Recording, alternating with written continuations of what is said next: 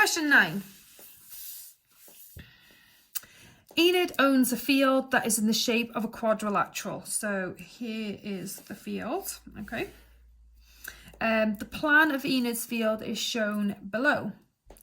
Enid does not have the measurement for one side of her field, so this one here. She is arranging for a company to build a fence around the perimeter. Okay, we've got a nice word there that we like, of her field. Malk Fencing has given Enid the following charges for building her fence. £9 per metre of fencing plus 20% VAT plus 3 days labour at £1.80 per day. So the question is, I'm reading it off the next page, calculate the total amount Malk Fencing will charge Enid to build her fence. Okay, so we've got to work out the perimeter of her garden first, okay, her field.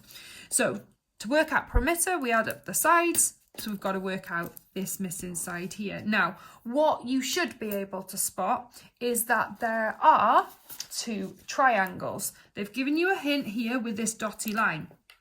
And they're 2 right-angled triangles. So if I draw around this triangle here, okay. If we worked out this missing length here, it's going to help us work out the missing length in the second triangle. Okay, because this is a joining side. Okay, because it's a right angled triangle, we know 2 sides, there's no angles involved. This should be screaming out to you that it's Pythagoras. Okay, it's calculator paper, so that makes perfect sense. So we're going to do the first little triangle first. So I'm going to draw it out over here so you know what I'm working with. So we've got our triangle. We're working out this side because we know that this is 50 and this is 120. So we're going to do a squared plus b squared equals c squared. Okay, this is c. Doesn't matter which way around we put those. So 120 squared plus 50 squared equals c squared. So 120 squared plus 50 squared equals, so I've got 16900 is c squared. Remember, to work out c, we're going to square root our answer. Square root my answer, and it gives me 130. So that is the missing length here. Okay, right, so if I draw out the second triangle that we're working with, okay, so we've just worked out this length as 130. We know that this one this time is 162.5, and we're working out this one. So let's label the sides again. So this is A, B, and C. So this time we know C.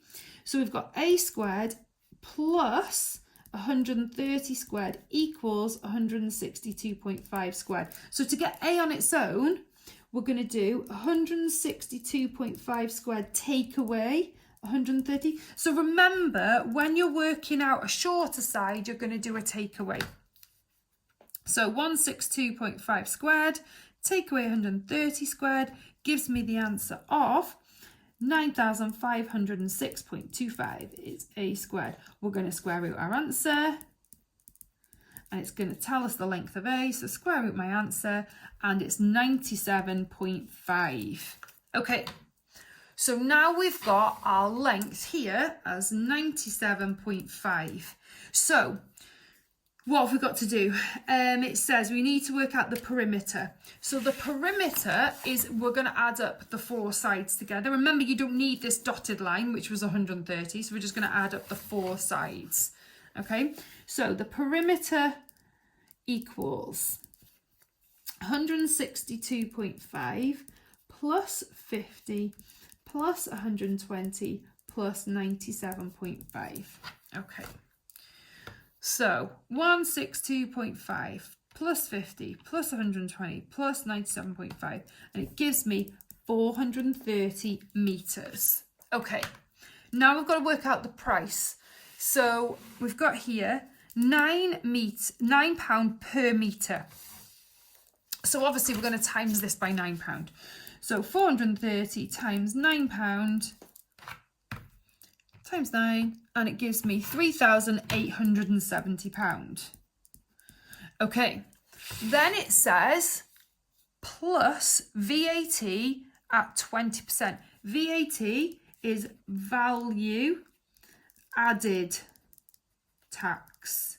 Okay, that's the key part. So we're going to find out 20% and we're going to add it on. Okay, 20% of 3,870. So I'm going to times my answer by 20%. And it gives me 774. So I'm going to add them together. So plus my 3870. And I get, so that's how much the fence costs, £4,644. Now I've got to add on the 3 days labour at £1.80 per day. So £1, oh, sorry, not £1.80, 180. 180 times 3, I think it's 540, but I'm not trusting myself. Yep, 540. So 540 days for the £540 for the 3 days labour, and I'm going to add those together. So the total cost equals 4,644 plus 540 gives me £5,184. I think that is the most lovely 8-mark question going. Okay. Question 10. Is that Olga? Olga and Mia are going to the USA on holiday. They go together to the exchange bureau to buy some US dollars. The exchange bureau only has $5, $10, and $20 notes. The exchange rate for buying US dollars is the same for any number of dollars bought. Olga exchanges £400 for $460. Mia has £225 to buy as many US dollars as possible. What is the maximum number of US dollars Mia can buy? Right, we can't do anything yet because we haven't got an exchange rate.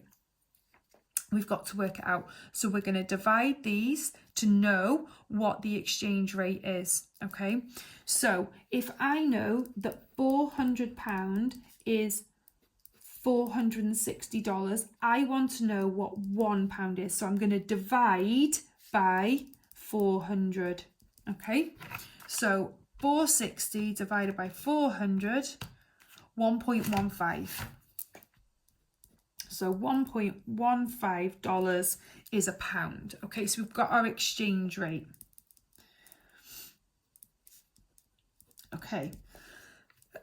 Mia wants to buy 225 US dollars. Okay, so we're going to do £225 times the 1.15.